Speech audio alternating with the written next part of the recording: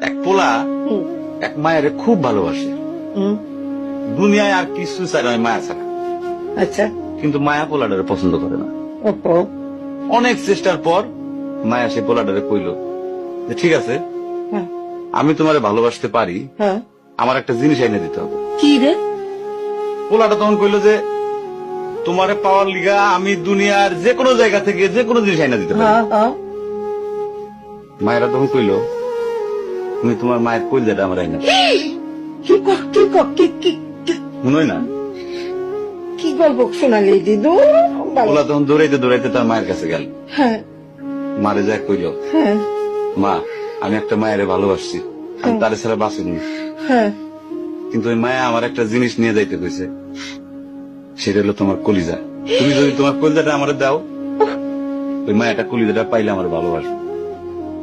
মা তখন কইল তুই আমার একমাত্র বুকের ধন, তোর সুখের জন্য আমি সবকিছু করতে পারবো।